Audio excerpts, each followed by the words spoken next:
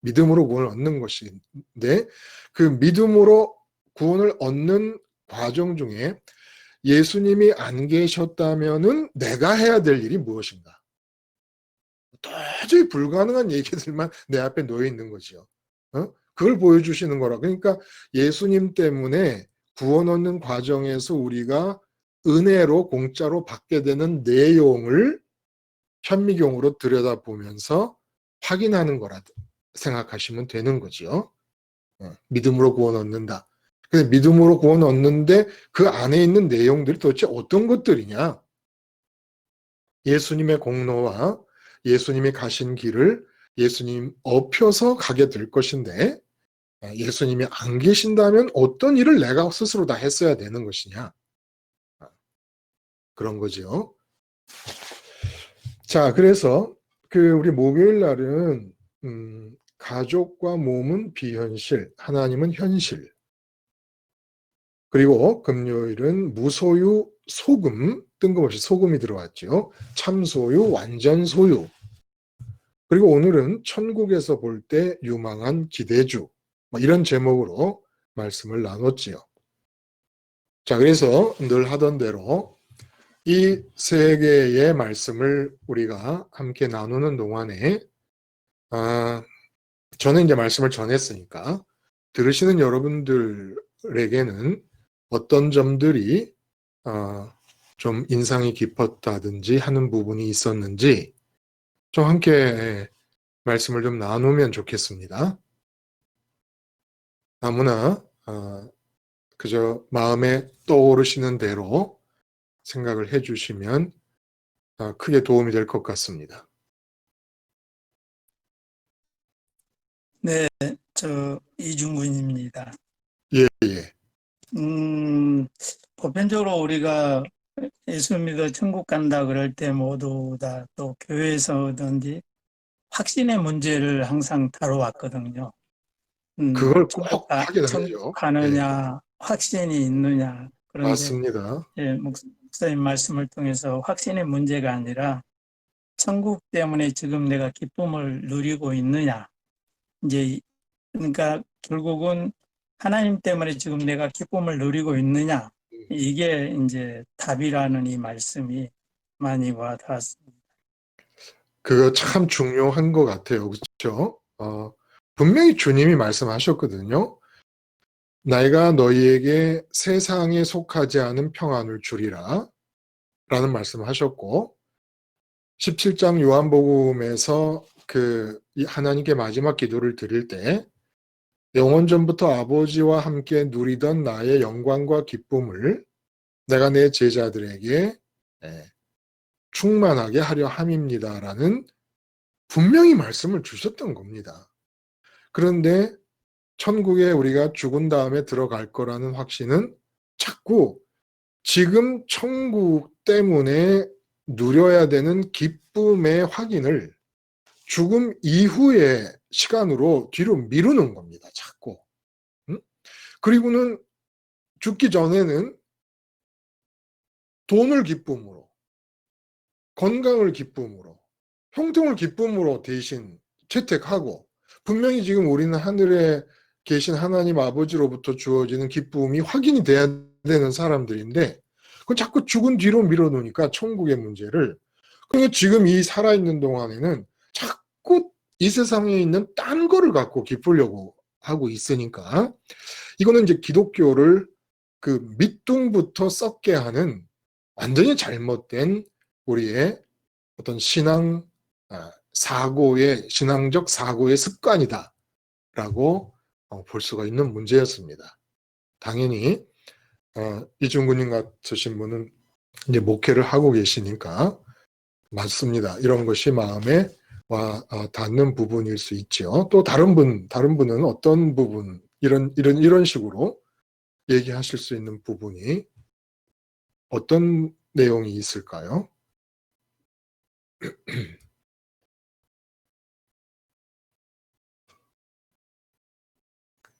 참 어려운 내용의 말씀들을 우리가 함께 지내왔어요, 이번에.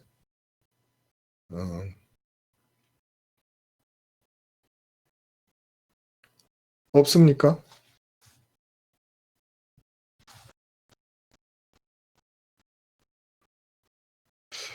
혹시 완전 소유라고 하는 이 단어에 대해서 들으시면서 혹시 느끼신 바가 있는 분이 계실까? 완전 소유. 제가 그 금요일 거에서 무소유, 소금, 참소유, 완전 소유라는 그런 말씀을 드렸잖아요. 그렇죠? 근데 그 완전 소유라고 하는 이 단어가 우리가 그렇잖아요. 그 법정 스님이 무소유를 얘기하셨을 때 내가 무소유한 삶은 살지 못할지라도 그래도 그 무소유라는 말이 사실은 그 단어 자체가 그냥 이 세상 것을 갈망하며 목마르게 사는 사람들에게 또 다른 방식으로 갈증을 이렇게 해소해주는 사이다 같은 그런 개념이었던 것이 맞다는 거예요. 좀 생각을 하며 사는 사람들에게는. 그러니까 우리가 못하더라도 소유의 문제를 완전 소유라고 이렇게 딱 생각을 한다는 거는 조금 뉘앙스 상에서도 좀 이렇게 거부 반응이 있을 수가 있다는 겁니다. 이제 이런 단어들도 문제가 될 수가 있다는 느낌이 들고 혹시 오늘 아침에 설교에서 마음에 이렇게 인상 깊다기보다 진짜 짜증난다. 나는 진짜 짜증난다 말이야. 뭐 이거 뭐냐. 맨날 무슨 죄인 창녀 뭐 물론 성경에 그렇게 기록이 돼 있지만 다만 그렇다고 해서 종교 지도자들 99명보다 무슨 창녀하고 뭐 매국노 같이 살던 그 사람 한 사람이 하늘나라에서 더 큰 기대주가 된다고 하는 이런 말씀들 하지만 신경질 좀 난다. 뭐 이런 분 안 계십니까? 여러분이 말씀을 안 하시니까 제가 자꾸 딴소리 하잖아요. 그렇죠? 목사님, 예, 예. 네. 네, 말씀하세요. 저는 이제는 무소유하고 완전 소유인데, 제가 이제는 하나님을 믿고서부터 네네. 계속 십자가 생활 자체가 왜 내 마음속에 들어오는 거를 십자가에서 죽는 거잖아요. 그렇죠. 그걸 계속 죽음으로써 없애는 건데, 네. 그러니까 제가 세상 사람들이랑 별개의 세계에서 사는 느낌이 드는 거예요. 다른 어, 사람들은 세상에서 무엇을 자꾸 챙기려고 하는데 그렇죠. 저는 무엇을 자꾸 그거에 대해서 죽으려고 하고 그래서 버리려고. 네, 버리려고 하고 근데 이제 그러다 보니까 완전 소유라는 게 네네. 갖고 있다는 감각도 모를 정도로 예. 편안함, 그러니까 완전 소유를 이제는 제가 경험해 보니까 그것이 있는지 없는지도 모르게 편안함으로 느껴지는 거예요. 그래요? 네. 아, 그래서 그것도 참 좋은 표현 같아요.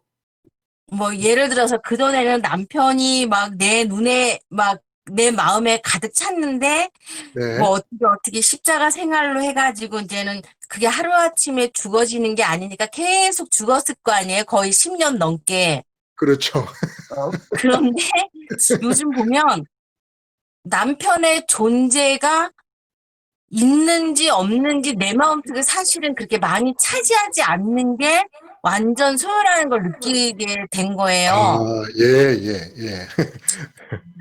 그래서 제가 정말 어떻게 내가 이런 행운을 얻을까? 하나님 어떻게 나를 이렇게 선택해서 이렇게 희한한 세상에서 나를 살게 하실까?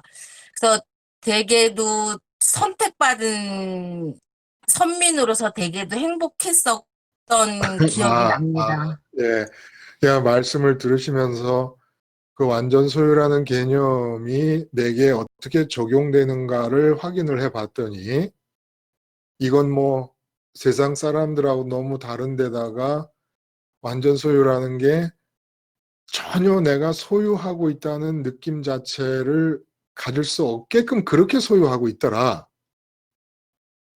네.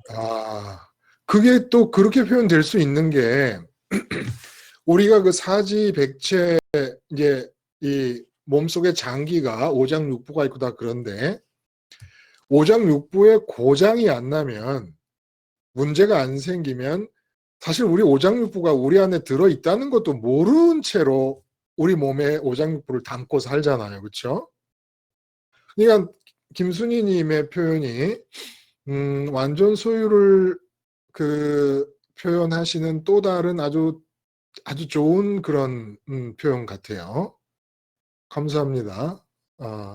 완전 소유. 그 완전 소유를 그렇게 받아들이시면서 내가 진짜 선택받은 사람이라고 이구나라는 것을 아주 강하게 실감을 하셨군요. 저도 덩달아 막 그냥 김순희님의 그 받으신 은혜의 느낌이 저한테 오는 것 같아서 제가 막 은혜를 받습니다. 고맙습니다. 한 분만 더 한번 얘기를 해보실까요? 이렇게 얼마나 좋아요. 완전 소유라는 것을 말씀을 듣고 그 말씀에서 이해한 개념을 한번 내게 적용을 해봤더니 내게 적용을 시켰을 때는 이런 느낌의 단어더라. 아주 제가 신이 납니다. 제가 은혜를 받습니다. 한 분만 더 얘기를 한번 해보실까요? 안 하실 겁니까?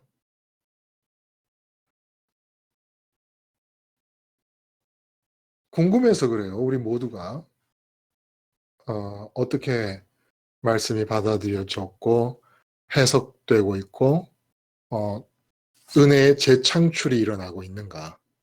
응? 오늘 설교에서 뭐 좀 기대할 만한 이렇게 한번 이렇게 다시 언급을 해볼 만한 그런 부분은 없던가요?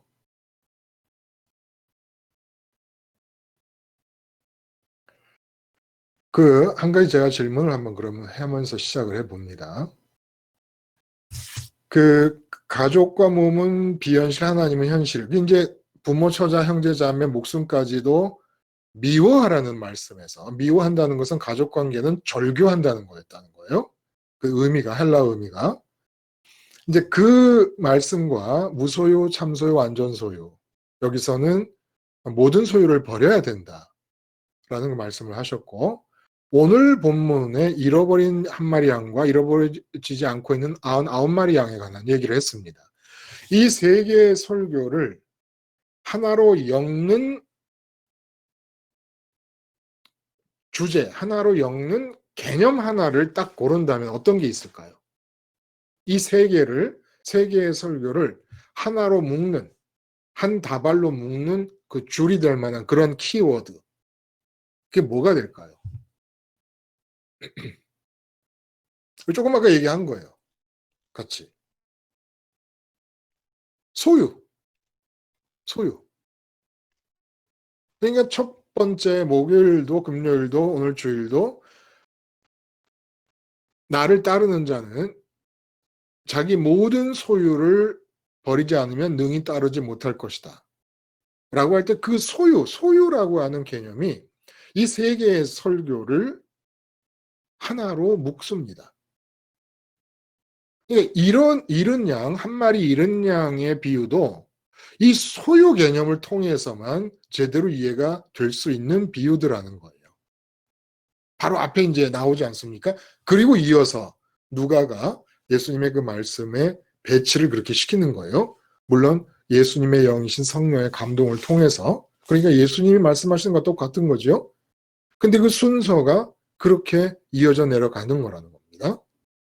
소유라고 하는 개념으로 세 개의 설교가 다 묶일 수가 있다는 겁니다. 그래서 오늘 아침에 한 설교부터 한번 우리가 같이 생각을 해보면 이 비유에서 한 마리 이제 양을 잃었고 99마리는 그대로 있는데 100마리 소유한 목자가 99마리를 놔두고 한 마리를 찾아 나선다.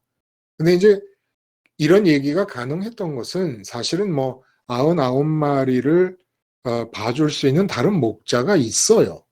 그 당시 목양의 풍습은 그 목자들끼리 이렇게 좀 단합이 돼서 한 사람이 자면 한 사람이 밤에 뭐 자기 양과 그 동료의 양도 함께 지킨다든지 이제 그럴 수 있는 풍습이 있기 때문에 이게 이상하게 보이지는 않았을 것입니다.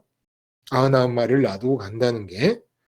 근데 이제 사실은 이해하기가 어려운 점들이 많이 있지요. 99마리가 전체의 기쁨의 양이 한 마리가 목자에게 주는 기쁨의 양보다 더 적은 것처럼 말씀을 하시는 부분이라든지 또 회개할 것이 없는 99명이라는 말씀, 이게 잃어버리지 않고 있는 99명이라든지 이런 것들은 참 우리의 신앙의 베이직한 개념에 비추어 볼 때 이해하기가 힘든 면이 많이 있는 그런 비유입니다. 간단하면서도. 그래서 먼저 그 잃은 양과 잃어버리지 않은 양이라고 하는 그 개념의 정의가 뭘까요? 잃은 양과 잃어버리지 않고 있는 양의 정의. 뭐가 잃은 양입니까? 근데 이거는 말씀을 이제 잘 들으셨던 분이 대답을 하실 수 있겠죠. 어떻게 정의가 내려질 수 있을까요? 잃은 양.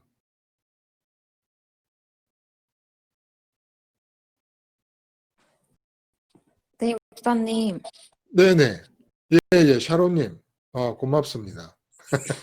이렇게 그냥 답답한데. 네. 잃은 양은, 네네. 그러니까, 하나님이 그 마음속에 있지 않은 그런 상태고, 또, 그렇게 됐을 때, 이제 하나님을 잃어버리게 되니까, 마음에서, 예, 그렇게 되는 거고, 또, 잃지 않은 양에 예, 대해, 하나님이 잃지 않은 양.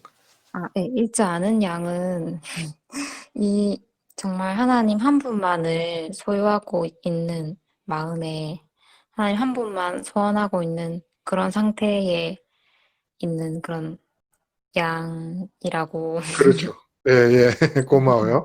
예. 네, 그러니까 제가 이제 그 창조주 하나님이 인간을 지으시는 의도를 말씀을 드렸어요. 그렇게 말씀을 드린 이유는 예수님께서 잃은 양이라고 말씀을 하시는 것은 가진 적이 있기 때문이 아니겠느냐는 거예요. 응?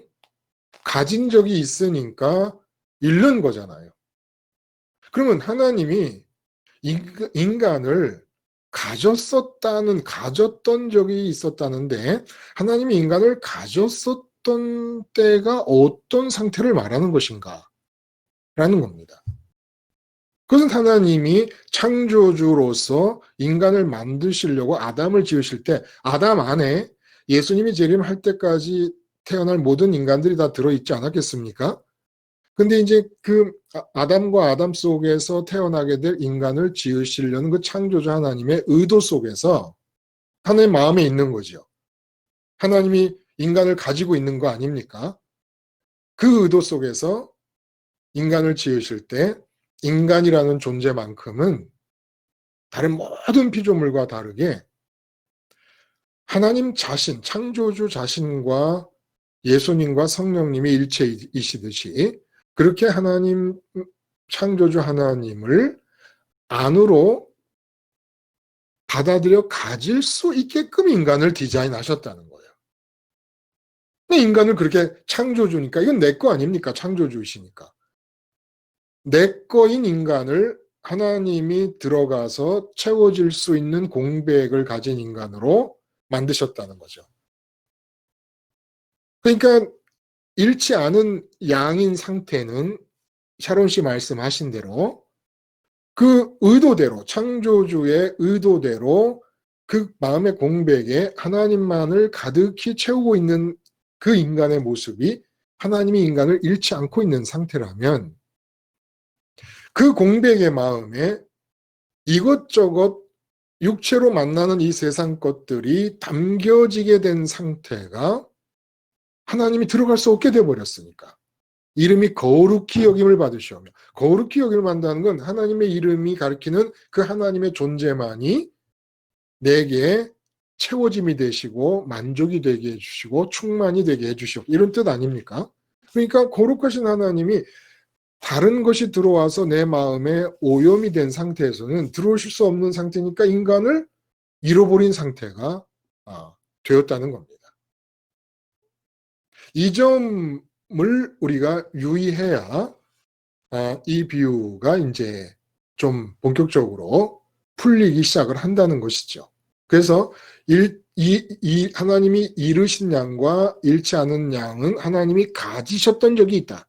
창조주 하나님으로서 인간은 어떤 인간을 내가 만들고 싶다라는 마음에서 아담까지 만드셨을 때 타락 전까지는 그 인간을 잃지 않고 계신 상태였던 것이죠.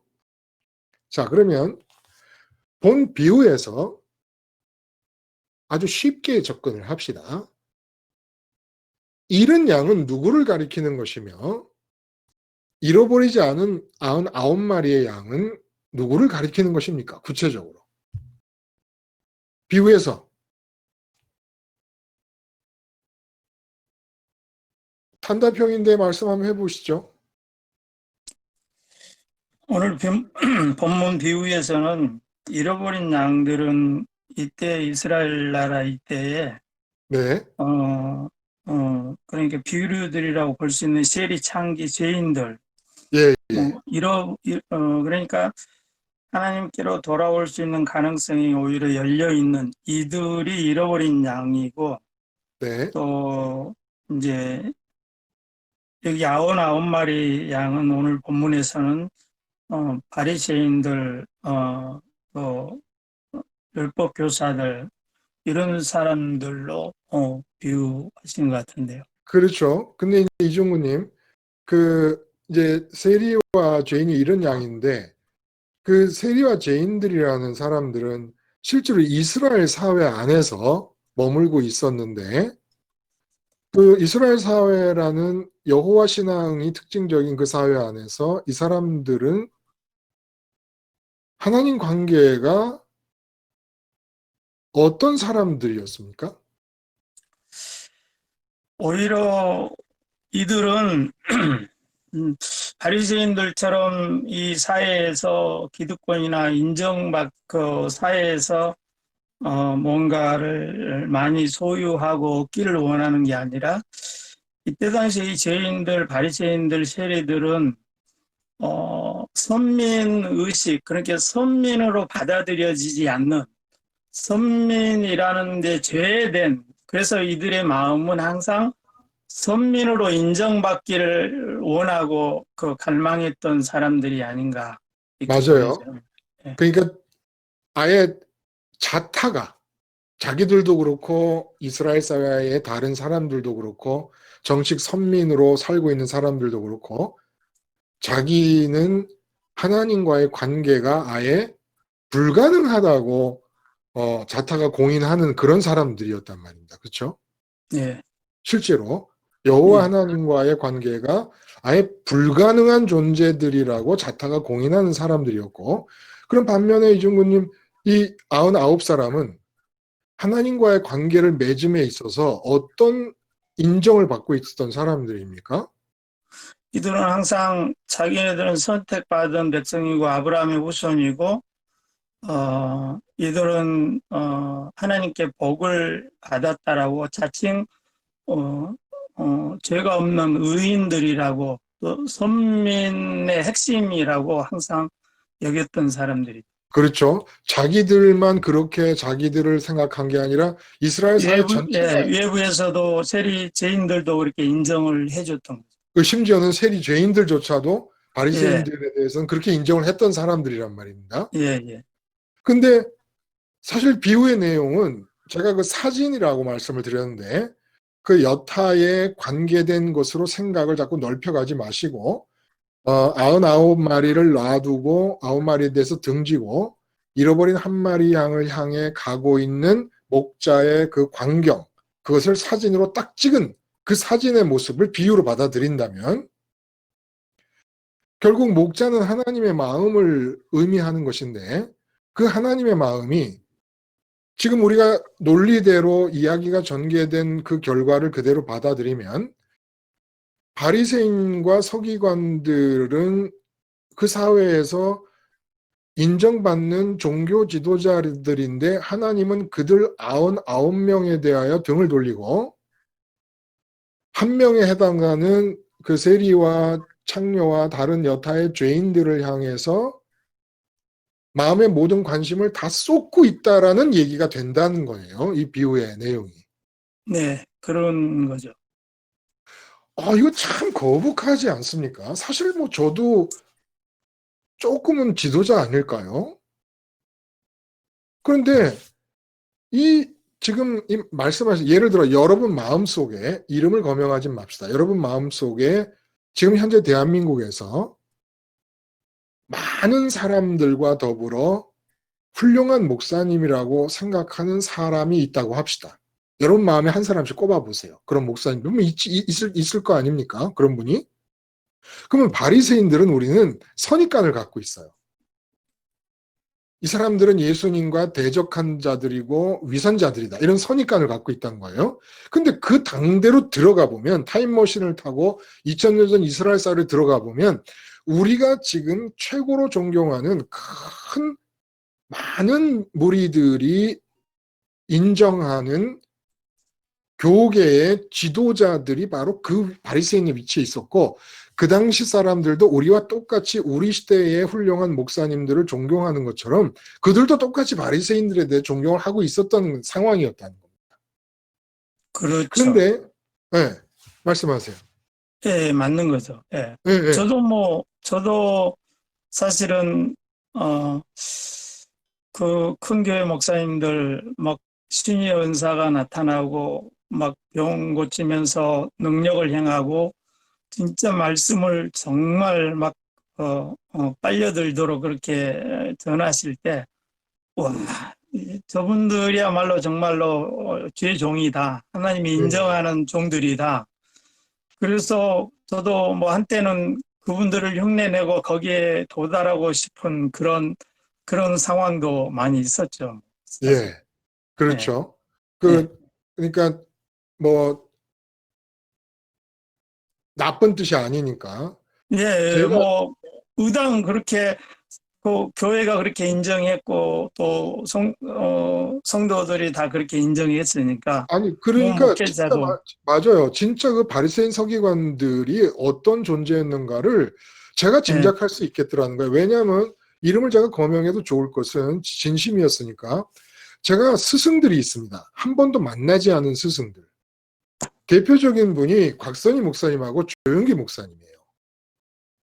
조영기 목사님과 곽선희 목사님 성향 자체가 다릅니다. 두 분이. 근데 제가 젊었을 때 신학교 다닐 때 진짜 두 분은 스승이었습니다. 조영기 목사님에게서 제가 배우려고 애를 썼던 부분은 그분의 삼박자 축복이라는 게 다른 게 아니에요. 십자가 복음 신앙을 생활에 적용시키려고 했던 시도를 한 분입니다. 제가 보기에는. 그래서 굉장히 영적 그릇이 큰 분이에요. 뭐 장로교 쪽이나 뭐 좀 신학자나 이런 분들에게는 무슨 신학이 없다 뭐 이러지만은 제가 볼 때 웬만한 이류 신학자들보다 영성의 그릇 자체가 엄청 큰 사람들입니다. 그리고 곽선희 목사님이 그 성경을 통해서 삶을 꿰뚫어 보는 통찰력은 제가 보기엔 타의 추종을 불허한 분이었습니다. 그래서 곽선희 목사님과 조영기 목사님 같은 경우 그리고 김삼만 목사님도 그 소탈함 속에서 배어나오는 복음의 정신 그거 완전히 흠뻑 빠졌던 분들이에요. 실제로. 그러니까 제가 그 종교 지도자들을 존경하며 스승으로 생각하고 그들의 책들을 들고 앉아서 연구할 때를 생각해 보면 이때 바리새인이라든지 랍비라든지 뭐 서기관 율법사들이 우리가 생각하는 그런 선입관을 갖고 있는 사람들이 아니었다는 거예요. 선입관에 맞추어진 그런 볼품없는 존재들이 아니었다는 겁니다. 실제로. 그러니까 바리새인들로서는 예수님의 말씀을 받아들일 수가 없었던 겁니다. 근데 뭐가 문제였을까를 제가 지금은 보이는 거예요, 이제. 그리고 요즘 곽선희 목사님이라든지 조영기 목사님이라든지 김삼환 목사님이라든지 뭐 김선도 목사님, 김홍도 목사님 이런 대형 교회에 이제는 은퇴를 하신 제가 한참 젊을 때 스승으로 생각했던 그분들의 문제가 뭐였는가 라는 것도 제 자신에 대한 비판적인 어떤 성찰과 함께 조금씩 보이기 시작을 하는 겁니다. 근데 지금 말씀은 제 말씀이 아니잖아요. 아까 기도 중에도 말씀을 드렸지만 하나님의 말씀이라는 것은 설교자의 수준에 꽤 맞출 수가 없는 겁니다. 설교자도 버거운 것일지라도 일단 열어주시는 대로 객관적으로 말씀을 전하는 스피커 노릇을 해야 돼요. 그러니까 스피커 자체는 찌그러져 있는 고물 스피커라도 스피커에서 나오는 소리는 하나님의 메시지라야 된다는 거예요. 나라는 인격은 형편없어도 이 형편없는 인격에서 나오는 말씀만큼은 하나님의 말씀이요 객관적 말씀이 돼야 된다는 거지요. 근데 그런 객관적 말씀 앞에서는 말씀을 전하는 자조차도 비판의 대상이 될 수 있다는 점에서 예외가 될 수 없다는 거예요. 그런 면에서 볼 때 요새 우리가 며칠 동안 다룬 이 하나님의 말씀의 기준으로 볼 때 지금 이름이 거명된 목사님들 중에 자기의 모든 소유를 다 버린 사람이 드러난 것으로만 볼 때는 없다고 보여진다는 거예요. 없다고. 근데 제가 이런 생각도 해봤습니다. 제가 만약에 순복음교회 당회장이었다면 지금 뭐 그분의 아들들의 문제라든지 뭐 많고 곽선희 목사님도 뭐 하여간 뭐 그 뒷얘기가 많아요. 근데 그런 얘기는 할 필요 없잖아요. 그렇죠? 그럼에도 불구하고 과연 이분들이 모든 소유를 버릴 수 없는 모습을 보이는데 그러면 내가 저분들의 위치에 섰다면 나는 더 했을 거라는 느낌이 듭니다. 우리는 100명, 300명 목회하는 교회를 절대 못 버려요. 그런데 70만 명, 몇만 명 되는 그런 목회 현장을 어떻게 버립니까? 10만 명, 12만 명. 예? 그리고 1년에 몇백억씩 예산이 몇백억으로 헌금이 들어오는 그런 예배당. 이게 너무 속된 거예요? 우리가 속됐는데 뭐. 우리가 속되지 않아요? 우리가 속돼 있잖아요. 돈 안 줬습니까? 돈 좋잖아요. 그럼 어떻게 버립니까? 나는 가진 것도 없는데도 못 버려요. 가진 것도 없는데도.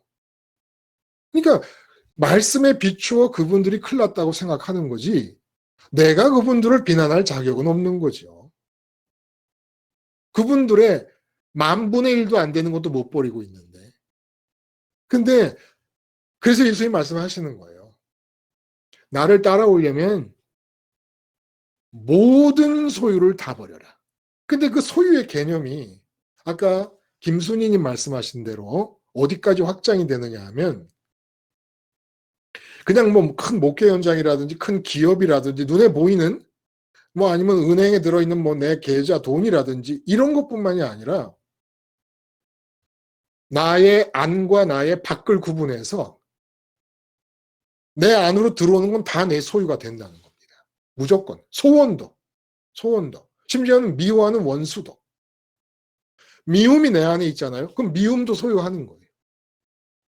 왜냐하면 내 안에는 하나님만 들어오셔야 되는 것이기 때문에 미움을 내가 갖고 있으면 미움을 소유하는 거거든요. 그래서 부모, 처자, 형제, 자매, 그리고 내 목숨은 미워하라 그랬어요. 언젠가도 말씀드렸지만, 근데 원수는 어떻게 하라 그래요? 원수는 사랑하라 그랬어요. 이게 왜 그럴까요? 원수는, 내 안에 들어온 원수는 사랑해야 빠져나가고, 가족은, 원수는 미워하면서 끌어안고 미워하면서 소유하고 있으니까 사랑해야 빠져나가고 중화시키려면, 미움을 중화시키려면. 그러나 부모나 처자나 형제자매나 내 목숨, 내 몸은 사랑하니까 이걸 바깥으로 빠져나가게 하려면 미워해야 가족에 대한 사랑이 중화되니까 빠져나간다는 겁니다. 그래서 원수라는 소유는 사랑해서 빼내고, 사랑하고 있는 가족이라는 소유는 미워해서 빼내라는 거예요. 좋아함도 중화시키고 미움은 좋아함으로 중화를 시켜버리라는 겁니다. 그러니까 나를 중심으로 안과 밖을 나눴을 때 그냥 내 안에 들어오는 것은 다 소유. 근데 다 막아야 된다는 거예요. 다 막아야 된다는 거예요. 이게 다 버리는 거예요. 그러니까 이렇게 할 수 있냐 없냐를 물어보시는 겁니다. 제가 그 큰 대형교회 목사님들의 문제가 이제 매스컴이나 이런 걸 통해서 나오면은 기도를 꼭 해요. 잊지 않고. 어떻게 기도를 하냐면, 저도 그렇게 못할 것이면서도, 예를 들어 이제 조영희 목사님 문제가 이렇게 돌출이 된다 그러면, 하나님 아버지, 우리 조 목사님을 사랑하셔서 조 목사님 마음 안에 순복음교회가 들어있는 것을 빼내게 하시려고, 버리게 하시려고 이런 소란을 허락해 주셨음을 믿습니다. 이 하나님의 주권적인 은혜의 역사를 받아들이셔서 그 마음에서 원래 불광동에서 천막을 치고 목회를 시작할 때에 아무것도 없이 하나님만 가지셨던 그 마음으로 돌아갈 수 있게 해주세요. 사랑에게 오정현 목사님 얘기가 또 시끄러워요. 그럼 그 기도를 드립니다. 하나님, 오정현 목사님 지금 시끄러운 가운데 있습니다. 하나님의 주권적인 역사로 하나님이 오 목사님 사랑하셔서 그 안에 들어가시려는데 우주보다 크신 하나님이 티끌만한 사랑의 교회가 오정현 목사님 마음속에 계심으로 들어있으므로 들어가실 수 없어서 그 티끌 같은 사랑의 교회를 빼내고 우주보다 더 큰 나를 받아들이라고 이 소란이 일어났는데 그냥 버리고 떠나고 하나님을 받아들여서 혹시 다시 맨바닥에서 시작하더라도 사랑의 교회보다 더 큰 역사를 일으키는 목사님이 되게 해주세요. 이런 기도를 꼭 드립니다. 근데 이 기도가 응답이 된 적이 없다는 거예요. 곽서인 목사님이나 모든 분들을 위해서. 그냥 너나 잘해라 그냥 이런 뜻이신 건지 하나님께서 그런 기도 안 들어. 너나 똑바로 해 이 사람아. 무슨 딴 목사님 걱정하지 말고 그분들은 다 큰 그릇들이니까 알아서 할 것이니까. 근데 결국 여러분, 우리가 뭐라도 우리의 소유를 버릴 수 있으려면 어떻게 해야 버릴 수 있는 겁니까? 어떻게 해야 버릴 수 있죠?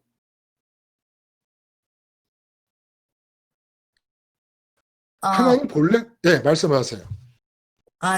우리는 절대로 저희 죄성이 있어서 저희를 절대로 버릴 수가 없으니까 그 네. 버릴 수 없는 마음을 십자가에서 죽어야 버려지는 것 같은데요.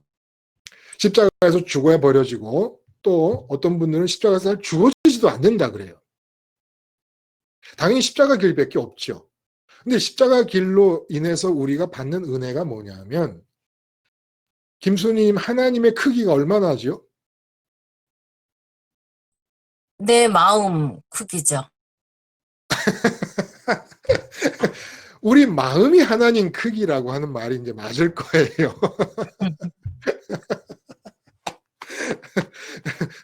하나님이 들어오셔야 되니까 우리 마음이 하나님 크기다라는 말이 기준이 이제 그쪽에 있으니까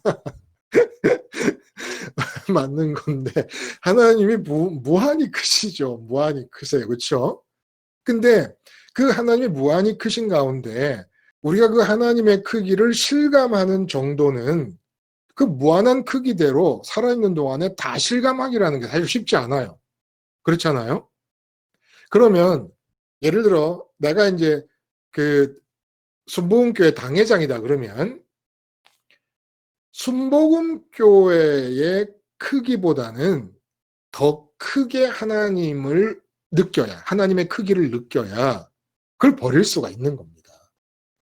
실제로. 근데 그게 이제 김순이 말씀하신 대로 십자가에서 죽는 일을, 그러니까 그 순복음교회 당회장이면 순복음교, 내 몸으로부터 시작해서 시작된 내 삶의 영역이 순복음교회라는 게 있고 이 지구라는 게 있으면 계속해서 십자가로 유체 이탈을 반복해야 되는 거예요. 날마다. 그래서 내 몸이 중심으로 된 나의 지구를 탈출하지 않으면 탈출해서 가만히 있으면 도로 빨려 들어가고 탈출해서 그 순복음교회보다는 더 크게 본래 크기만큼을 실감하는 건 불가능하니까 당장에는 그거보다는 더 크게 하나님을 실감할 수 있어야 그걸 버릴 수가 있다는 거예요. 실제로. 그러니까 우리 기도는 뭡니까? 남편을 버리고 싶으면 주님 말씀대로 남편을 버리고 싶으면 어떻게 해야 돼요? 십자가에서 내 몸을 중심으로 남편이 있고 자녀가 있고 이렇게 해서 나의 지구가 형성돼 있잖아요. 그러면 십자가에서 남편이 포함되어 있는 지구를 빠져나가는 겁니다. 나가서 부활의 자리에서 최소한 남편의 존재감보다는 하나님이 더 크게 느껴지셔야 말로만 교리로만 이론으로만 하나님이 크다고 말할 게 아니라 진짜 내 남편의 실질적인 존재감이 있잖아요. 남편이 내 앞에서 이게 밥상이라고 차렸어 하고 소리를 빡 지르면 그 순간에는 남편의 존재감이 하나님의 존재감을 깃털처럼 작게 만들 수도 있잖아요. 아니 이 사람이 배가 불렀네 돈 벌어다 줬어 하고 막부터 싸울 때는 내 마음속에 풍랑 만난 제자들이 광풍의 존재감을 느끼는 것과 똑같은 상태가 되는 거거든요. 그러니까 그때는 남편의 존재감이 우주보다 더 큰 하나님의 존재감을 완전히 콩알만하게 만들어 버리는 겁니다. 아, 하나님이 보시겠지만 뭐 지금 보시나 마나 당장 급한 건 내가 이 인간을 가만 놔두지 않을 거야 라고 달려들게 되면 하나님의 존재감이 갑자기 팍 쭈그러드는 겁니다. 실제로 이론은 그렇게 싸우는 중에도 하나님이 우주보다 더 큰 거 믿어요? 그러면 믿지. 잠깐 비켜요. 그리고 또 싸울 거란 말이에요. 어? 왜냐하면 존재감이 안 느껴지니까. 그런데 실제로 남편이 밥상을 투정을 하는데 옆에 시부모님이 와 계신다. 시부모님의 존재감만 느껴도 남편한테 당신이 벌어다 준 돈이 있어야 고기라도 내놓지 소리 못 지르는 거예요. 시부모님의 존재감만 느껴져도. 근데 우리가 자식을 보고 남편을 보고 아내를 보고 세상을 보면서 그것에 압도돼서 그 존재감에 짓눌려서 끙끙대고 있는 것은 우주보다 더 크신 하나님을 이론으로만 믿었지 그 하나님의 크기 중에 아주 줄여서 작은 부분인 지금 내 앞에 있는 남편, 아내, 자식의 존재감보다도 하나님의 존재감을 크게 못 느끼고 있기 때문이라는 겁니다. 그래서 항상 나한테서 제일 큰 존재감의 1, 2, 3번을 차지하고 있는 부모, 처자, 형제, 자매 그리고 그 모든 것이 사실은 몸이 있기 때문이 아닙니까? 특등, 내 존재감의 특등이 내 몸이에요. 몸. 이걸 미워하지 않으면 안 된다는 거예요. 항상 내 몸에 대해 내가 실감을 하는 것과 하나님에 대해 실감을 하는 것을 비교를 해보면 몸으로 인해서 세상을 실감하고 아내를 실감, 남편 실감, 뭐 자식 실감, 부모 실감, 회사에 나가면 회사를 실감, 그 실감하는 크기를 비교해 보면 하나님에 대한 존재감의 실감은 언제나 7등, 8등, 10등, 11등 밀려나 있다는 거예요. 그러면 못 버린다는 거예요. 못 버려요. 그러니까 가족을 미워하라는 얘기는 가족의 존재감이 내게서 없어져야 된다 이 말입니다. 쉽게 말하면. 그러면 그렇게 하려면 김순희님 말씀하신 대로 가족, 남편의 존재감, 자식의 존재감이 내 안에서 커지면 커질 때마다 야, 우주보다 더 큰 하나님을 내 안으로 받아들여야 된다는 사람이 지금 남편의 존재감이 이렇게 커지고 나면 하나님은 어디로 들어오시나? 남편의 존재감이 큰 이 나는 십자가에서 죽어야 된다. 이래서 모든 소유가 버려진 결과가 나타나. 무슨 얘기냐? 모든 소유에 대한 존재감이, 가령 예를 들면 내가 좋은 아파트를 사고 싶다 그러면 그 소원의 존재감이 내 안에 크잖아요. 그러니까 이 세상에 있는 모든 것이 내 안에 들어와서 존재감 제로가 되는 상태를 만들라는 겁니다. 하나님의 존재감을 가능한 크게 느끼려면, 크게 느끼려면. 그러니까 구원은 하나님의 존재감을 얼마나 크게 느끼느냐에 달려있는 것이지, 죽은 다음에 천국 간다. 죽기 전에는 온 세상 것들의 존재감으로 마음이 가득 차 있었어요. 그러다 죽으면 하늘나라 간다는 겁니까? 여러분 양심에 생각해도 그게 하늘나라 가게 되는 경우입니까?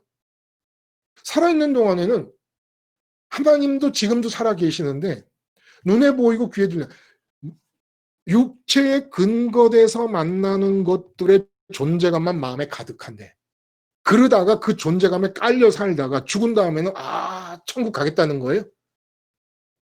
무슨 그런 낭설이 있습니까? 응? 그러므로 가족을 미워하라라는 얘기, 이거는 가족이 들어있으면 잃은 양이 되는 거거든요. 그러면 내가 하나님께 잃은 양이면 나도 하나님을 잃은 거라는 겁니다. 이게 맞물려 있다는 거예요. 엄마가 애를 잃었어요. 그럼 애도 엄마를 잃은 거잖아요. 마찬가지라는 겁니다. 그래서 소유라고 하는 문제가 뭐 에릭 프롬의 무슨 존재와 소유 이런 얘기가 아니면 철학자가 뭐 사색을 거쳐서 나온 그런 얘기가 아니고, 창조주의 계획 속에서부터 소유라는 문제가 중요한 문제로 등장을 했다는 거예요. 나를 주머니로 생각하시면 돼요. 나라는 이 현상을 계좌로 생각하시면 내 안에 들어오는 것은 원수라도 미움이라도 사랑이라도 소원의 형태로라도 생각의 형태로라도 내 안에 들어온 것은 다 소유가 되는 겁니다. 근데 생각을 하더라도 내 안에서 존재감이 커지잖아요. 없애라는 거예요. 나라는 사람 속에서는 하나님만이 유일한 존재감의 대상이 돼야 된다는 겁니다. 아니, 하나님과 하나가 돼야 된다며. 그러면 하나님이 누굽니까? 우리에게 하나님이 누구예요? 아니, 창조주 하나님이 우주보다 크신 분인데 그런 분이 내 마음에 들어온다는 것이 너무 신비한 일이죠. 그러나 분명히 말씀하셨어요. 주님이 아버지와 내가 하나인 것처럼 나를 믿는 자들도 하나가 되게 해주시옵소서. 하나라는 것은 내 안에 들어오는 것이고, 내가 주님 안에 들어가서 주님과 하나님이 하나일 때 그야말로 애들 말로 새치기 하듯이 꼽살이 끼듯이 삼위일체에 그야말로 꼽살이 끼는 거예요. 그러려면 내가 하나님 받아들일 수 있어야 되잖아요. 이게 신비하다는 거예요. 근데 티끌만한 존재라도 하나가 들어와서 존재감을 발휘하게 되면 하나님이 못 들어오신다는 거예요. 이 이런 양까지 우리가 앞에서 얘기한 가족과 몸은 비현실, 하나님은 현실. 가족을 미워하라. 몸도 미워하라. 그리고 가진 모든 소유를 미워하라. 그리고 이런 양까지 그냥 하나로 쭉 통하는 겁니다. 세상 것을 소유하고 있는 건 하나님 못 들어오니까, 하나님 못 들어오신 상태에서 하나님이 나를 잃으신 거고 내가 하나님을 잃은 상태니까. 근데 참 여러분, 우리 마음이라는 게 너무 신기하지 않아요? 응? 근데 정말 이렇게 신비한 하나님을 모셔드릴 수 있는 우리의 마음을 그동안 우리가 어디다가 쓴 겁니까? 예? 여러분의 마음을 어디다가 쓴 거예요? 천지를 지으신 창조주 하나님을 모셔드릴 수 있는 마음. 그런데 단 하나라도 티끌이라도 들어오면 못 들어오셔서 하나님을 못 모셔드리게끔 되어 있는 이 마음으로 뭘 우리가 어디다가 그 마음을 갖다 투자를 하고 쏟아 부은 겁니까? 이 소중한 거를. 그래서 제가 그런 비유 가끔 들지 않습니까? 납덩어리 100kg를 얻으려고 금덩어리 100kg를 주고 바꾸는 거예요. 이 납 정도입니까? 이 세상 것은. 돌멩이 100kg를 얻으려고. 아니, 거름더미 100kg를 얻으려고 황금 100kg를 바꾸는 격이 돼버렸다는 거예요. 우리가 사는 모습이. 지금 바리새인들이 그 짝이 났다는 겁니다. 그 짝이. 근데 이 죄인이라고 하는 이 사람들, 바리새인은 하나님을 황금 100kg라고 비유를 하면 그 황금 100kg가 들어올 수 있는 마음, 특별히 선민이니까 황금 100kg가 입이 있어서 말하기를 나 황금 100kg가 네 안에 들어가 너의 소유가 되겠노라 해서 선민이 됐단 말입니다. 근데 그렇게 선민이 된 사람들이 그 황금 100kg를 주고 오물 100kg를 받아들여서 좋다고 하고 있는 반면에 이 세리와 죄인들은 생각은 똑같아요. 그 오물을 나도 받아들일 수 있었으면 좋겠어요. 100kg를 주고. 왜냐하면 하나님이 이 세상 것을 주신다고 생각을 했으니까 그 100kg 덕분에 100kg를 가질 생각을 안 하고 100kg를 안 갖는 대신에 세상 걸음 100kg를 얻었단 말이에요. 근데 세리와 죄인들도 똑같아요. 날 게 하나도 없어요. 이 사람들이. 날 게 있을 리가 있어요. 세리와 죄인인데. 창녀들인데. 근데 이 사람들은 하나님 100kg를 바꿀 수가 없었던 거예요. 하나님과 관계할 수 없다고 생각했기 때문에 세상 거름더미 100kg를 얻을 수가 없었던 겁니다. 그러니까 세상 거름더미를 기껏해야 한 20kg 정도 얻었다고 할까? 그러니까 이 사람들은 소유를 다 팔라고 하는 예수님 말씀을 듣고 자기가 버리려고 딱 보니까 나는 걸음 20kg밖에 없어. 근데 바리새인들은 걸음 100kg야. 그 걸음 100kg를 끌어안고 있는 이 사람들은 생각 자체가 하나님이 자기한테 축복을 줘서 이 세상 것인 걸음 100kg를 갖고 있다고 믿었던 겁니다. 그러니 이게 어떻게 되겠습니까? 돌아설 기미가 없는 거예요. 돌아설 기미. 하나님이 축복을 해주셔서 세상 것들을 소유하게 되었다. 그러니까 무슨 말이 이 사람들 말대로 하면 무슨 말이냐면 하나님이 축복을 해주셔서 당신 자신 황금 100kg이신 당신 자신을 주시는 대신에 거름더미 100kg를 주셨다. 거름더미 100kg를 내가 가진 것을 이렇게 들여다보니까 나는 너무 하나님 관계를 잘하고 있는 사람이다. 그러니까 이 천국에서 이 사람들이 돌아서거나 회개할 거라는 가능성을 거의 못 보는 겁니다. 못 보는 거예요. 그래서 여러분, 제가 질문 드릴게요.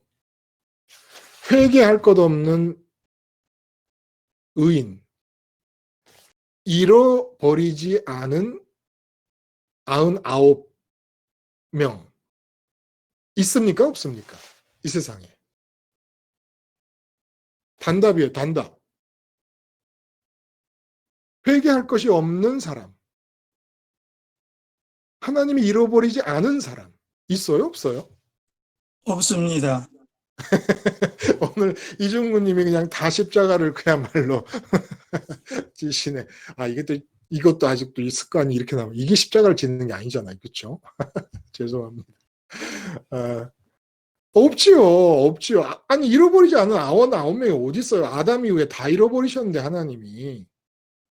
그러니까 자기들 스스로 하나님의 선민이고 하나님의 마음에 들어서 하나님께서 내게 주신 게 이 세상의 기득권이라고 생각한 거예요. 이 세상 것이라고 생각한 겁니다.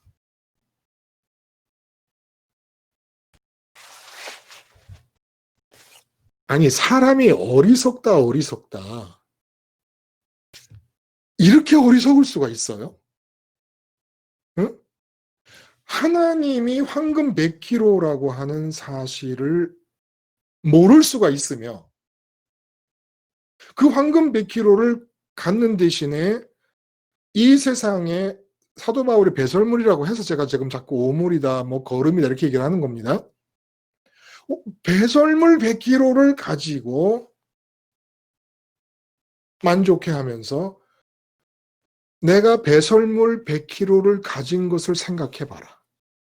내가 하나님께 얼마나 축복을 받는 사람이냐라고 생각하는 이렇게 어리석을 수가 있다 없다. 김순희님 있다 없다.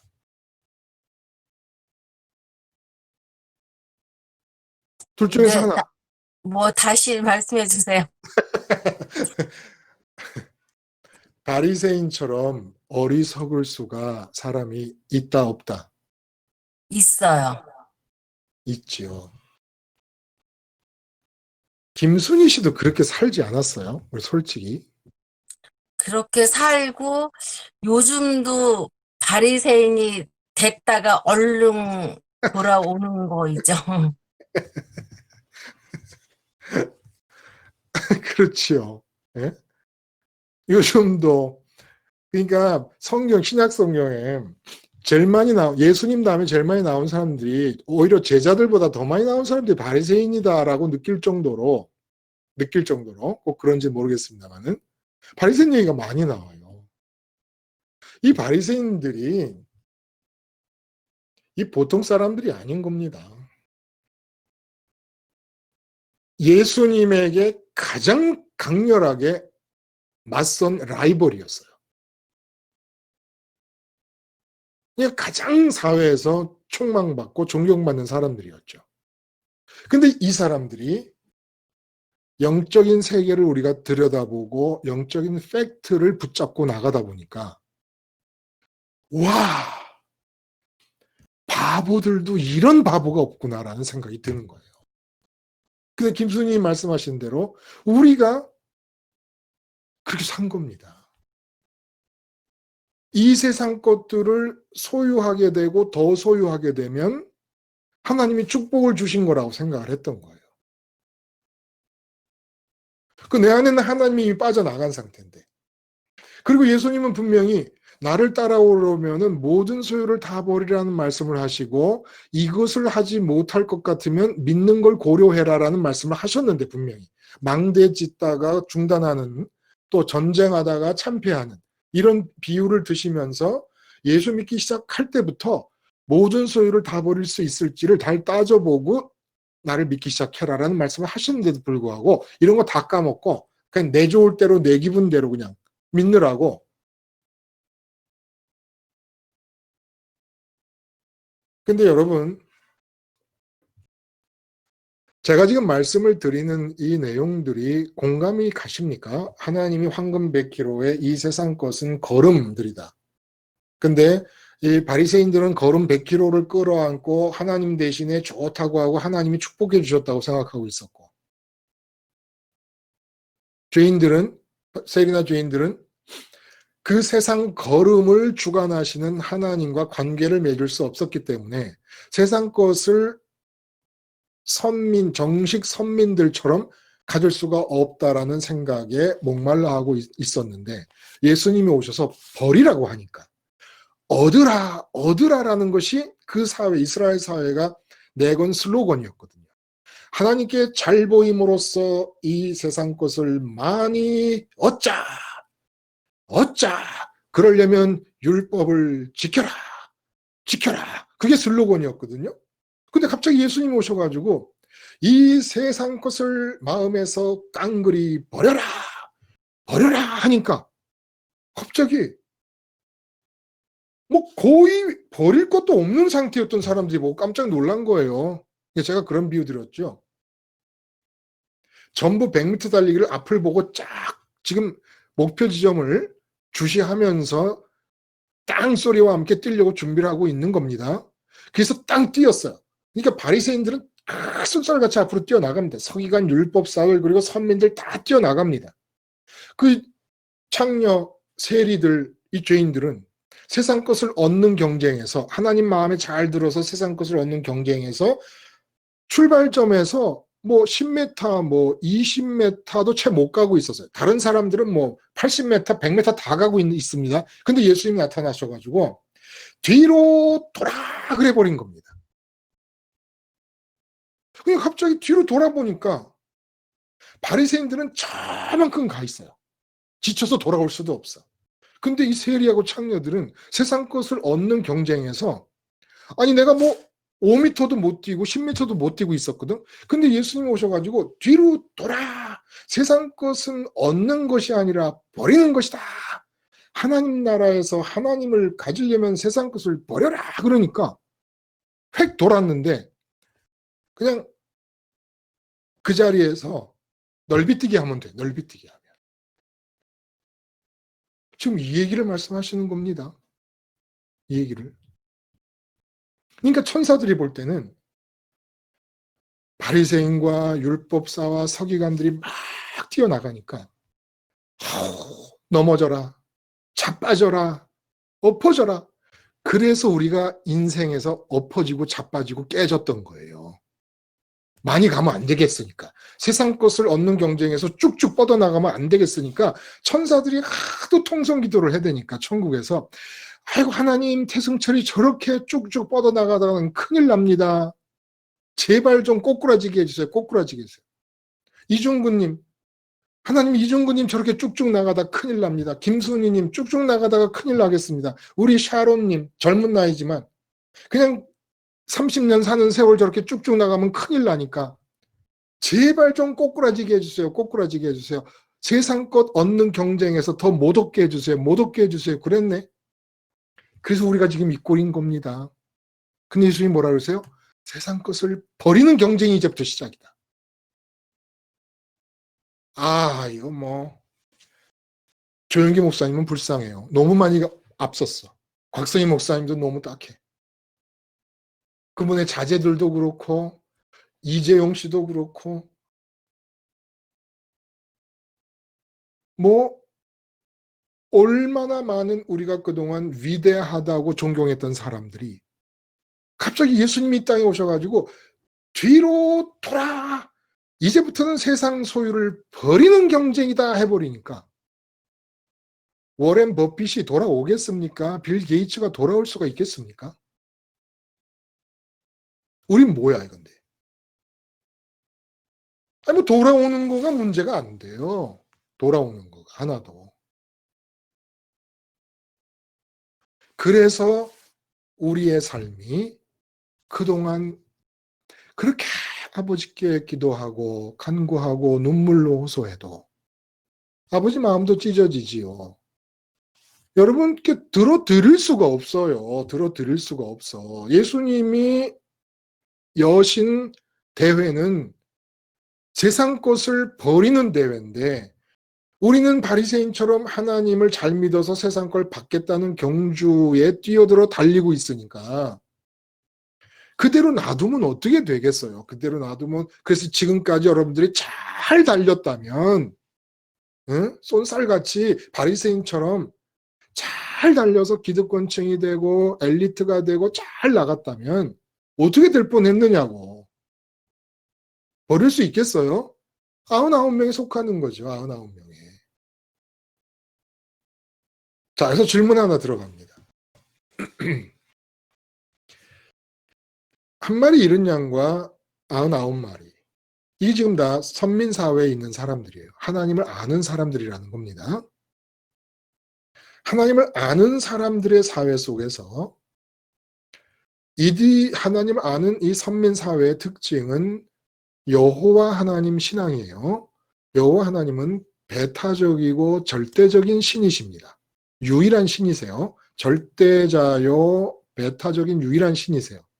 그래서 유일하심이라고 하는 단어를 우리가 적용할 수가 있어요. 유일한 창조주, 유일한 전능자, 유일한 세계 역사와 각 개인의 주권자. 그리고 또 뭐가 있을까요? 또 뭐가 있을까요, 여러분? 유일한 뭐예요? 우리가 지금 말씀을 나누고 있는 맥락에서 하나님은 유일한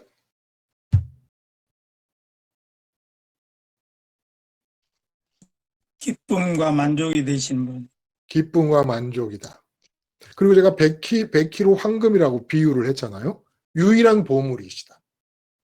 자, 여기서 선민사회, 이스라엘 사회의 오류가 현재 우리 기독교의 오류일 수도 있기 때문에 짚고 넘어갈 것이 뭐냐면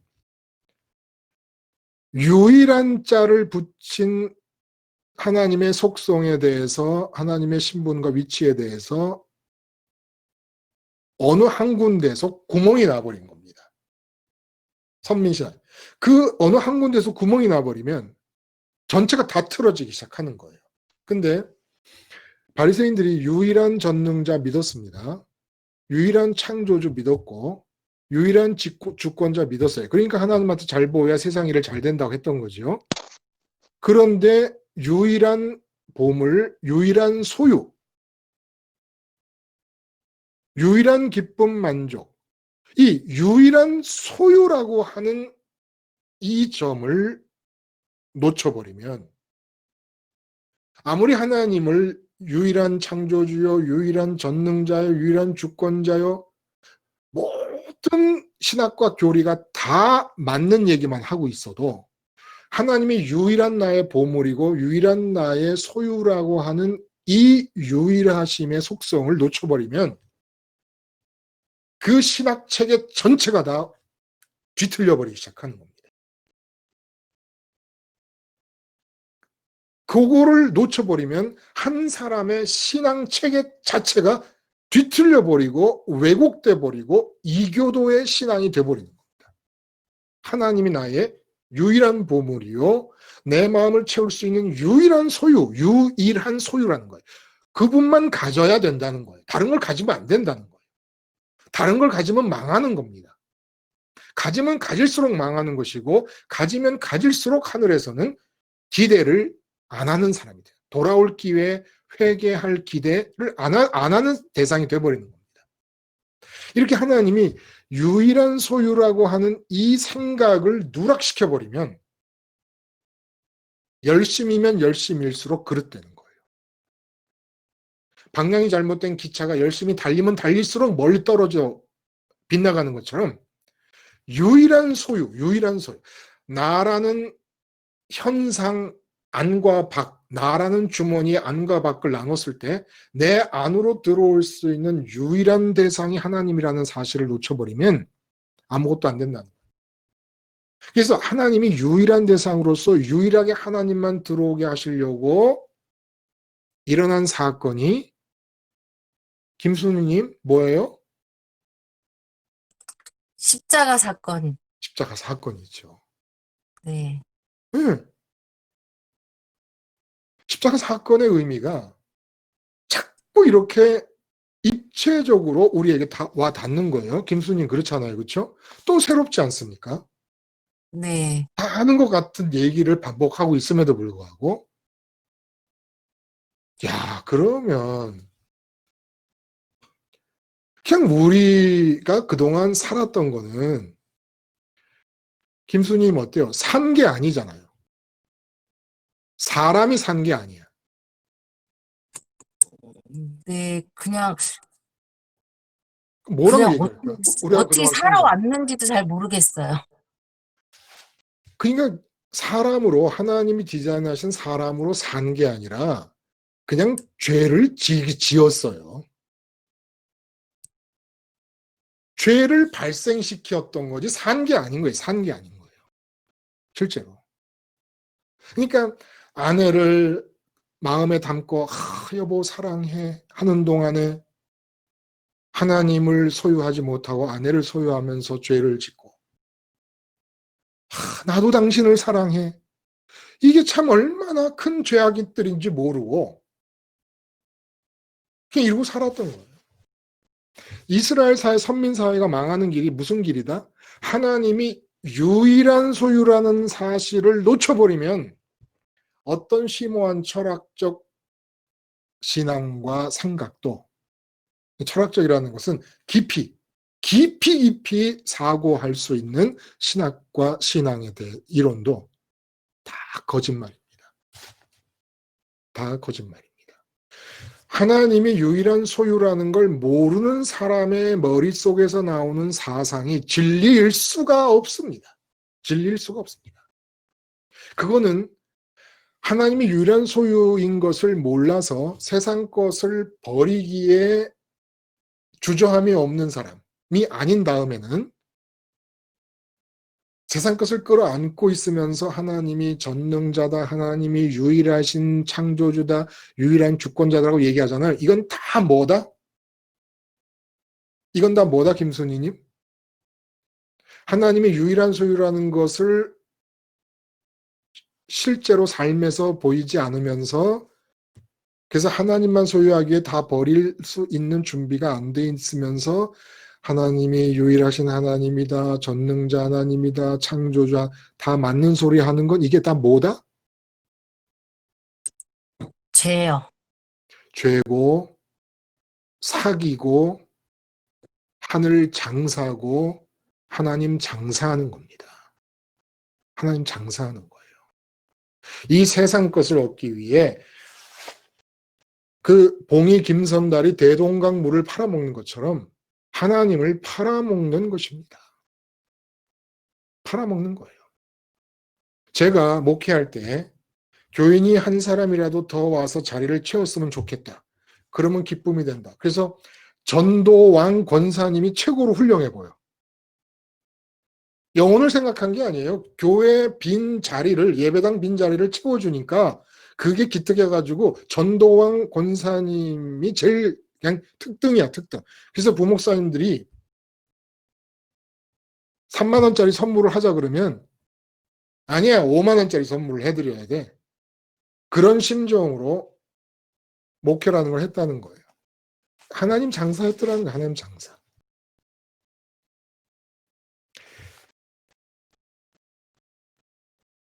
김순희님, 엄마가 반드시 버려야 할 소유가 뭘까요? 자식, 아내가 반드시 버려야 할 소유가 뭘까요? 남편, 목사가 반드시 버려야 할 소유가 뭘까요? 부흥, 목회, 그렇죠? 목회 부흥이요. 부흥하는 목회. 네. 네. 대부분 부흥과 목회가 붙어 있으니까. 대통령이 반드시 버려야 할 게 뭘까요? 나라를 다스리는 거. 나라. 나라가 관심이니까 제대로 된 대통령이라면 나라가 관심. 우리 엉터리 같은 대통령은 말하지 맙시다. 제대로 된 대통령이라면 나라를 끼어안고 있을 거 아닙니까? 마음에. 버려야 되는 거예요. 네. 우리 뭐 공인이니까 이재용 씨가 버려야 될 게 뭘까요? 기업. 기업. 네. 기업. 자, 여기서 질문. 김수인 씨 남편을 버려야 된다라는 의미가 뭡니까? 남편을 버려야 되는 의미는 내 마음속에 남편이 있으면 안 되고 하나님이 계셔야 되니까요. 이혼하라는 얘기가 아니에요. 그렇죠? 네. 비현실이 되라는 얘기를 제가 했어요. 비현실이 되라고 하면서 제가 예를 든 것을 혹시 기억하십니까? 비현실, 뭐, 어떤 예를 들었죠? 제가 프랑스 파리 비현실. 얘기를 했어요. 아, 네. 파리에서 일어나는 게 사실이지만 그건 내 현실은 아니다라는 얘기를 남편에게 적용하자라고 말씀을 네, 드렸어요. 그렇죠? 네, 네. 그러면 이런 식으로 할 수 있는 길이 우리는 답을 알잖아요. 예수님의 십자가에서 죽었음을 고백. 우리 의식이 예수님의 십자가를 놓지 않는 겁니다. 그러니까 남편을 볼 때 남편보다 내 마음, 내 의식에서는 십자가를 먼저 본다. 네, 그 십자가에 머문다. 그렇죠? 네. 자녀를 볼 때도 그렇고. 자, 그러면 십자가를 남편을 앞두고 십자가를 먼저 보면 지금 김순희 씨 자리는 어디입니까? 십자가에 십자가를 보고 남편을 보니까. 매달려 있어야죠. 십자가에 예수님과 함께 못 박아 죽어 있어야죠. 죽어 있다는 것을 내가 의식하면서 지금 남편을 대하고 있잖아요. 그렇죠? 네, 그러면 사도 바울이 갈라디아서 6장에서 얘기한 것처럼 남편이 나에 대해서 십자가에서 죽고 내가 남편에 대해서 십자가에서 죽은 겁니다. 네, 그러면 십자가를 바라보고 의식이 바라보고 있기 때문에 나는 지금 부활의 자리에 있는 거예요. 네, 그렇죠? 네, 네, 이걸 아시죠? 근데 지금 뭐 질문하는 중에 그 생각이 이제 안 나서 말씀을 못 하신 거지만 십자가를 의식으로 보면서 예수님 십자가를 보면서 아 나는 십자가 너머에 있는 남편에 대해서 십자가에서 죽은 자다. 그러니까 세상이 나에 대해 십자가에서 죽고 내가 세상에 대해 십자가에 죽었다는 거를 모든 대상에 대해 적용을 하는 겁니다. 네. 예, 그렇게 적용을 하고 부활의 자리에 이르러서 일어나는 소유가 무슨 소유? 일어나는 소유? 평강? 평강의 소유? 하나님의 소유? 평강의 소유, 하나님 소유. 그러니까 완전 소유. 완전 소유 아닙니까? 참소유. 네, 응? 참소유. 참소유. 일단 완전 소유까지 근데 지금 완전 소유까지 가려고 지금 길을 가는 중이에요. 아, 네네네. 근데 그 전에 하여간 그 전에 우리가 그 부활의 자리에서는 이제 하늘과 통하는 길밖에 없으니까 어쨌든 여러분 한 가지 세상을 향한 모든 소원을 가졌을 때 이루어진다 안 이루어진다가 제 경험으로는 100개의 소원을 가지면 10개 이루어졌을까 말까 하는 거예요. 장기용님은 소원 가진 것 중에 몇 퍼센트 정도 이루어졌을까? 소원이요?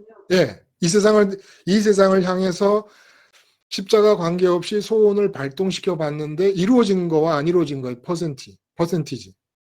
거의 없죠. 0%, 0%에 가깝단 말이에요. 0%에. 네네네. 그런데 대부분이 그럴 거예요. 여기 계신 분들 대부분이 그럴 것인데 십자가에서 이 세상의 모든 소유를 버리는 방법은 오감으로 포착되는 대상을 십자가를 사이에 두고 마주 대하는 겁니다. 그게 버리는 네. 거예요. 우리 의식이 십자가를 먼저 보고 십자가 너머로 대상을 보면 되는 거예요. 그럼 다 버리는 거예요. 그럼 이제 부활의 자리에 와서 세상에서 갖고 있던 것들을 그렇게 버리니까 부활의 자리에서 하나님을 소원하게 되잖아요. 네. 이렇게 하나님만을 소원하게 되는 상태를 장기용님 혹시 아세요? 예수님이 14장 마지막에서 무슨 비유로 말씀하셨죠? 짜다. 네, 소금. 소금 비유. 소금 비유. 소유를 말씀하시다가 불쑥 소금 비유를 이어서 말씀하셨습니다. 소유를 버리라는 말씀을 하신 뒤에. 네. 그러니까 하나님을 소유하고 싶어 하는 하나님만을 소원하는 상태가 이 세상에서 소금이라는 거예요. 소금 맛을 내는 상태. 짠맛을 내는 인격이 됐다는 거예요. 네네. 그러니까 회사에 가면 회사에서는 모든 사람의 소원이 뭐지요? 승진, 승진, 월급. 월급, 보너스 이런 게 소원일 거예요. 네. 근데 나는 그 틈에서 십자가 너머로 월급을 보고 십자가 너머로 보너스를 보고 십자가 너머로 승진을 보면서 승진과 보너스와 월급이 나에 대해서 십자가에서 죽어버렸으니까 부활의 자리에서 하나님만 소원하는 게 소금이라는 거예요. 네. 그러면 이렇게 부활의 자리에서 하나님만을 소원하는 상태가 되면 이 소원은 여러분이 회사에서 하나님을 소원하면 반드시 그 회사 안에서 하나님을 갖는 일이 벌어집니다. 음. 여러분이 가정에서 하나님을 소원하잖아요. 자식 형통 십자가 너머로 보면 죽어요. 남편 일 잘 되는 거 십자가 너머로 죽어요. 가족들 건강, 내 건강 십자가 너머로 보면서 죽어요. 그래서 부활의 자리에서 하나님을 소원하잖아요. 네. 이렇게 온전히 하나님을 소원할 수 있는 상태에서 가정에서 있으면 그 소원은 반드시 들어집니다. 하나님께서 여러분 안으로 들어와서 당신 자신을 소유하실 수 있게 해주십니다. 그게 이중구님의 18번 노래처럼 평강. 이중구님 입만 열면 평강 말씀하시잖아요. 그 체험하시니까 아니에요. 체험하시니까. 하나님만 소원하는 상태. 그러니까 참소원이에요. 참소원. 그렇죠? 참소원의 상태가 소금인데 어떤 곳에 가 있든지 그 현장에서 사람들이 소원하는 것과는 다르게 그 현장의 소원거리에 대해 십자가에서 죽어서 소유를 다 버리고 하나님을 소원하게 되면 그 현장에서 하나님께서 소원을 들어주십니다. 사실은 소유를 버리라는 것은 바가지 안에 묵은 음식, 못 먹을 음식이 담겨져 있는데 너희 안에 먹지도 못할 썩은 음식이 들어있는 걸 다 버리라는 것과 똑같은 거예요. 그래서 그 그릇을 깨끗이 씻으면 하늘의 소유를 줄 테니까. 이런 뜻이라는 겁니다. 그러니까 소유를 다 버리라는 말이 어려운 말도 아니었다는 거예요. 이렇게 지금 얘기하면서 따지고 보니까. 뭐 어려워요. 못하는 게 바보 아닙니까? 네? 이게 무슨 뭐 가파른 길인 것처럼 보이지만 실제로 그 안에 싹 들어가 보면 이건 못하는 사람이 바보지요. 이거 왜 안 하고 말아요? 자, 여기서 끝나는 게 아니라는 거예요. 그렇게 현장마다 내가 소원을 하늘을 향해 갖고 땅에 대한 소원을 죽이면서 땅에 있는 것 중에 내 마음에 들어와 있는 이 소유의 상태를 다 죽이고 버립니다. 그러면 참 소원의 상태가 현장에서 이루어지면서 소금이 되고 그래서 하나님께서 우리 안에 소유가 되어 주십니다. 그럼 거기서 끝나는 게 아니라 이제 그 현장은 완전 소유가 된다는 것이죠. 완전 소유가 뭐라 그랬죠, 장기영님? 혹시 기억하십니까? 완전 소유의 소유예요. 상태가 뭐죠?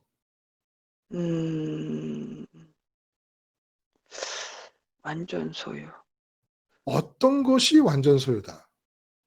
혹시 장기영님을 도와서 기억이 나시는 분 있으면 말씀해 주실 수 있어요? 에덴의 상태입니다. 에덴. 아, 이종국님, 제가 마지막에 한 얘기를 딱 기억하고 그걸 꼬집어내시네. 자, 제가 부활의 자리에서 하나님만을 소유하고 하나님만을 가졌어요. 그러니까 세상에서 지금 내 앞에 여전히 나는 사장님과 관계를 하고 있고 집에 오면 아내와 남편과 관계가 있잖아요. 그럼 이제 그 관계를 누가 책임을 지시는 겁니까? 하나님이요. 하나님.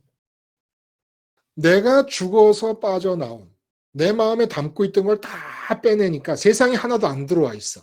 그건 난 세상 속에 있어. 내 몸은.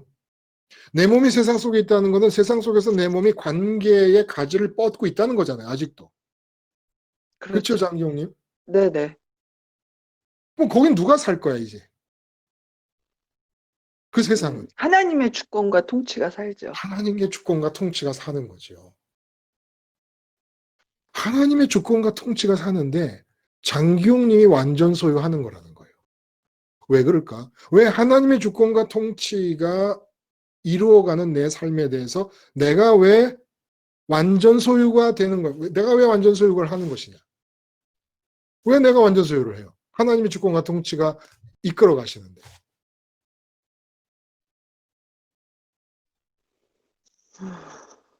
왜 내가 완전 소유라고 할 수가 있을까? 내 삶에 대해서. 이 죽은 삶인데. 나는 죽었어요. 계속 죽어 있어야 돼요. 완전 소유가 이루어져서 하나님 주권이 통치하는 그런 상황에서도 하나님이 통치하에서 혹시 잘 되는 것 같을 때에 그 세상에서 일어나는 일을 내가 마음으로 받아들이면 또 소유를 다 버리라는 것에 걸림돌이 되는 겁니다. 네네. 그러니까 십자가를 통해 계속해서 나는 안 받아들여야 돼요.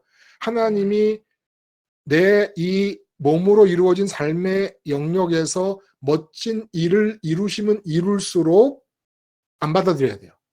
네. 무소유를 유지해야 됩니다. 네. 이것 여러분 꼭 기억하셔야 되죠. 네. 그러니까 이 세상에서 하나님이 어떤 일을 이루셔도 하나님 자신보다는 좋다 안 좋다? 안 좋다. 크다 작다? 작다. 작다. 그래서 제자들이 귀신을 쫓고 와서 기뻐할 때 뭐라 그러죠? 예수님이 제자들한테 하늘에 귀신을 쫓아내서 기뻐하는 게 아니라 하늘에 이름이 기록된 것에 대해서 그렇죠. 기뻐하라고. 그렇죠. 기뻐하면 안 돼요. 이 땅에서 일어나는 하나님의 주권과 하나님의 통치로 인해서 이루어지는 무슨 대단한 일이 일어났더라도 그것을 내 소유로 삼으면 안 된다는 거예요. 절대로. 그래야 완전 소유가 지속될 수 있다는 겁니다. 근데 왜 내가 죽은 세상에서 십자가 너머 쪽에서, 난 십자가 이쪽에 부활의 자리에 있고 계속 머물러 있고, 그리고 십자가 저쪽에서 일어나는 하나님의 주권적 역사인데 왜 완전 소유라고 하느냐?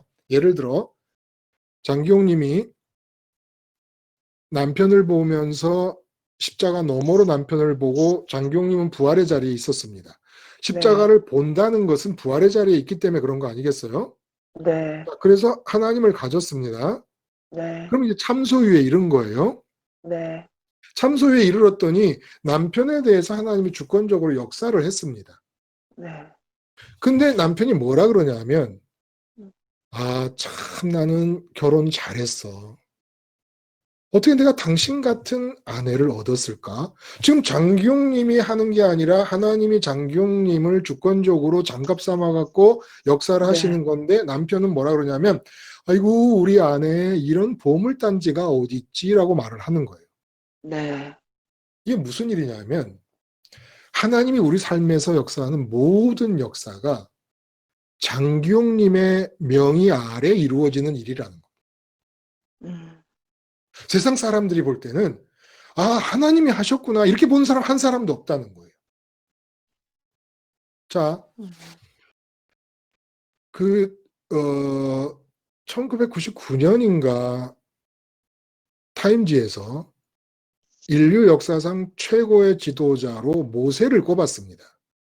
그러니까 2000년이 시작되기 전에 1999년까지의 인류 역사를 마감한다는 의미에서 인류 역사상 최고의 지도자가 누구냐라고 했을 때 모세를 꼽았던 거예요. 그러니까 3500년 전, 1400년 기원전, 주전 1400년, 1460년가량의 출애굽이 일어났으니까 1500년 전 사람인 모세를 꼽았어요. 근데 여러분 생각해 보세요.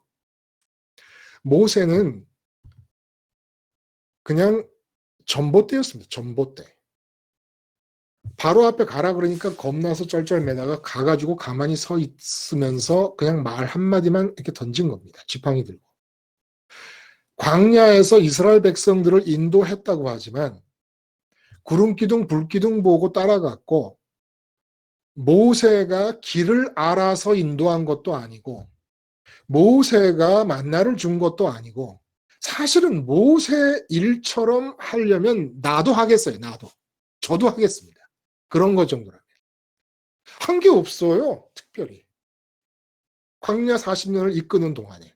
근데 전부 사람들은 세상 사람들은 모세의 명의 아래 40년 광야를 250년 선민이 이끌렸던 그 역사를 그 아래 두는 겁니다. 근데 하나님은 그걸 가지고 타임지에서 모세를 인류의 최고의 지도자로 꼽은 사실에 대해서 벼락을 치질 않아요. 놔두십니다. 그냥.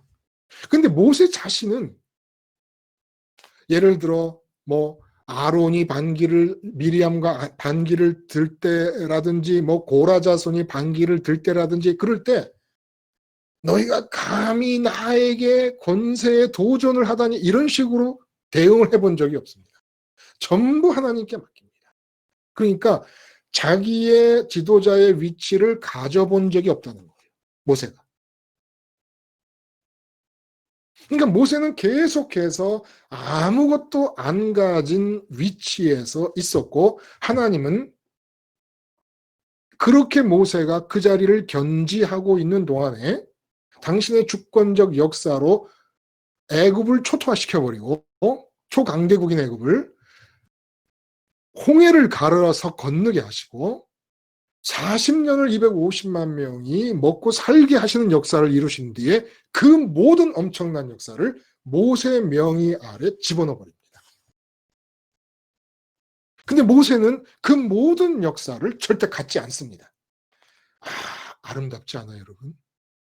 하나님과 이 한 인간의 관계가 하나님은 모세의 이름으로 정말 상상하지도 못했던 일들을 이루어 나가시고 모세는 그 일이 절대로 내 일이 아니라고 생각하고 내가 이룬 업적이 아니라고 밖으로 밀어내는데 총력을 기울이고 하나님은 그 모든 일을 세상 사람들이 모세가 한 것이라고 생각하게끔 내버려 주십니다. 이게 완전 소유라는 거예요. 나는 하나도 안 갔습니다. 내가 한 일은 아무것도 없습니다. 그런데 하나님이 내 명의 아래 주권적 통치권을 발휘하셔서 내 삶을 이끌어 가십니다. 이게 뭐예요? 이게 완전 소유예요. 완전 소유라는 말은 제가 만들어낸 말입니다. 내 명의로 있는 거니까, 내 명의로. 세상 사람들은 하나님이 했다는 사람 아무도 없어요. 모세를 보고 타임지가 전쟁할 때 누가 하나님이 했다 그래요? 그런 사람 없어요. 우리도 사도 바울이 3차에 걸쳐 유럽을 뒤집는 전도 여행을 했을 때 사도 바울이 했다고 자꾸 그래. 사도 바울이 했다고.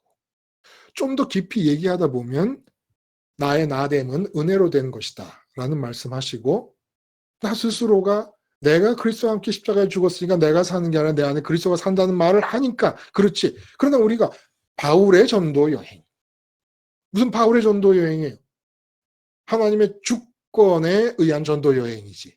그런데 이 세상에 바울의 명의 아래 그 엄청난 일을 넣어두십니다.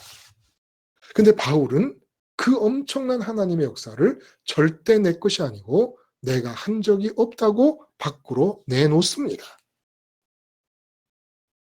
장기용님, 김순희님, 그리고 이중근님, 샤론님, 오늘 무대에 나서신 분들, 여러분들의 삶에서 이 완전 소유의 주거니 받거니의 아름다움, 무엇을 하나님이 행하셔도 마음에 담지 않는 겁니다. 이건 하나님이 하신 거다. 나는 십자가에서 죽은 자여 오직 내 소유, 유일한 소유는 하나님뿐이다. 어떤 일이 내 삶에 일어나도 내 것이 아니다. 미루고 있는 동안에 하나님은 당신의 전능하심과 보시기에 좋게 만드시는 창조의 속성으로 우리 삶에서 이런 일, 저런 일을 보배로운 생각과 계획을 따라 매일매일 이루어 가시는 거예요. 그리고 하나님이 하나님만을 갖는 것을 소원하는 나를 보시며 이 세상에서 내 명의로 그 일을 이루시는 것을 밑에 집어넣고 계좌에 넣어주시는 것처럼 나라는 이름의 계좌에 넣어주시는 것을 아까워하지 않으십니다. 그러면 또 나는 하나님 이건 내게 아닙니다. 나는 하나님만 가지면 됩니다. 세상에서 들어오려는 모든 것을 십자가 주님 은혜로 막아버리고 계속 하나님만 유일한 소유로 갖는 이 부활의 자리를 견지해 나가는 거예요. 이게 신앙생활이 아닙니다. 그러니까 우리가 목요일, 금요일, 일요일 그 앞에서부터 이번 주간에 함께 나눴던 말씀의 내용들은 너무 가파르게 보이고 힘들게 보이고 좁은 문처럼 보이지만 주님이 다 버려라, 버릴 수 없으면 나를 따라오지 말아라, 잘 따져보고 나를 따르겠다고 결심해라. 그리고 바리새인들 99명보다 창기와 죄인들 한 명이 더 하나님 나라와 천군 천사들에게는 기쁨이 된다. 이렇게 아주 모질게 들리는 말씀들을 계속해 나가시지만 이 모질게 들리는 말씀의 이면 속에 우리를 향한 아버지와 주님과 성령님의 사랑이 도대체 무엇을 주고 싶어 하시는 것인가? 응? 어떤 은혜를 준비해 놓고 주고 싶어 하시는 것인가? 이루 다 말을 할 수가 없는 그런 말씀들 아니었습니까? 이보다 더 귀한 말씀들이 어디 있어요? 너희의 소유를 다 팔아라. 이보다 더 고맙고 감사한 말씀이 어디 있습니까? 창기와 세리처럼 이 세상 것을 가진 게 없어서 뒤돌아서서 버리는 경쟁을 시작해라라고 할 때 우리를 손쉽게 쉽게 해주시려고 창기와 세리를 예를 드시며 이쪽으로 붙어라. 세상의 기득권층 말고 라고 말씀해 주시는 거 아닙니까? 근데 우리는 세상 것이 좋은 줄만 알고 있던 우리들에게는 처음에 얼마나 모질게 보이고 불가능하게 보이고 거북해 보입니까? 근데 이보다 더 큰 은혜의 말씀이 있습니까? 우리를 비하하자고 하시는 말씀이 아니잖아요. 세리와 창기의 입장에 동일시하라는 얘기가.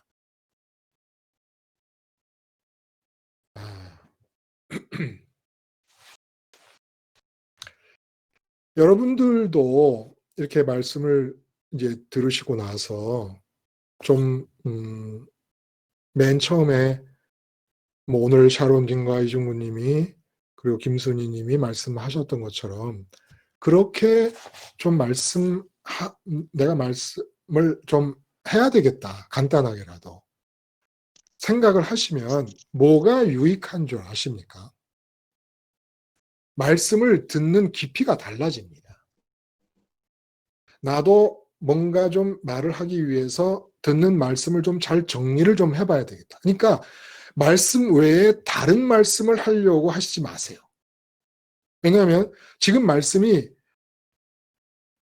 1000가지, 10,000가지 측면을 십자가로 연결을 시키는 것이기 때문에 다 아는 것 같아도 사실은 쉽지 않아요. 전혀 다른 측면을 십자가로 연결시키고 상상도 못했던 측면을 십자가로 연결시키고 하는 것이기 때문에 우리가 전문적으로 이것을 이렇게 저처럼 평생 이 문제를 갖고 씨름하는 사람이 아니면 다른 얘기하는 게 쉬운 일이 아닙니다.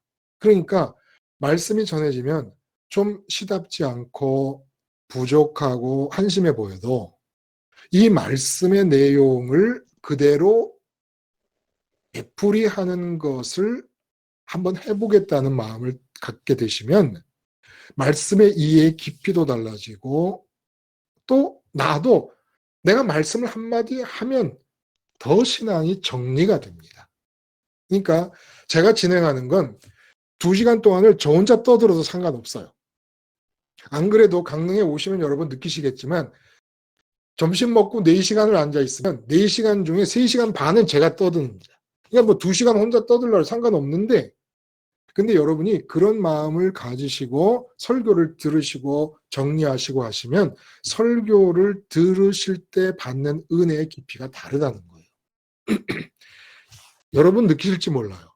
한마디라도 참여를 하는 우리 아주머니들 보면 굉장히 회가 이렇게 반복될수록 그냥 제가 한 말을 그대로 하시기 위해 애를 쓰고, 예를 들어 장기용님 같은 예를 들어보면 입에 붙지 않는 어색한 개념들을 제가 만들어냈다시피 한 개념들을 활용해서 말을 만드시려고 그러는데 잘 안 되죠.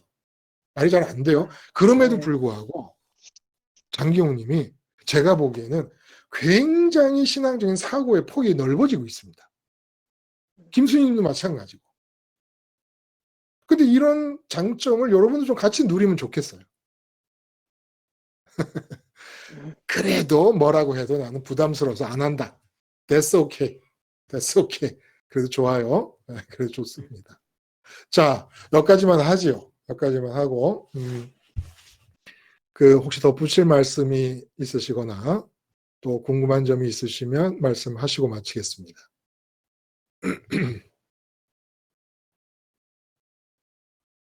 없으면, 없죠, 여러분? 그러면, 오늘은 누가 기도를 좀 하실까요? 한번 자원해서 기도하실 분 없으십니까?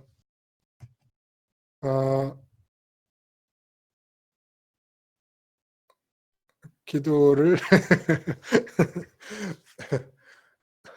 제가 할게요. 제가 하고 마치겠습니다. 하나님 아버지, 십자가의 신비에 놀라고 우리를 향한 하나님의 사랑의 깊이와 그 사랑이 주시려는 내용물 앞에 그냥 입이 딱 벌어집니다. 십자가 생활화 이 한 가지, 우리가 그동안 돈 벌려고 노력한 거에 비하면, 자식 잘 키워보겠다고 노력한 거에 비하면, 목회 부흥시켜 보겠다고 노력한 거에 비하면 결코 어렵지 않습니다. 이 한 가지 잘함으로써 오늘 우리가 2시간 동안 나눈 모든 하나님의 은총의 약속들을 내 것으로 누리며 살 수 있게 우리의 심령을 긍휼히 여기셔서 십자가를 잊어버리지 않는 병에 걸리게 해 주시옵소서. 그래서 십자가만 생각하는 병에 걸려서 정말 김순희님 말씀하신 대로 야, 이렇게 세상과는 다르게 살아도 되는 것인가라는 우리 스스로에게 질문을 하면서 하루하루를 살 수 있게 하여 주시옵소서. 이 시간 끝나고 헤어져 들어갑니다. 가정의 현장에서 소금되게 하시고 직장과 회사와 시장과 학교와 어느 곳에서든지 소금되게 하셔서 참 소유와 완전 소유의 역사가 끊임없이 일어나며 완전 소유를 끊임없는 무소유로, 십자가 무소유로 대응함으로써 하나님의 완전 소유가 지속되게 하여 주시옵소서. 예수님의 이름으로 기도드리옵나이다. 아멘.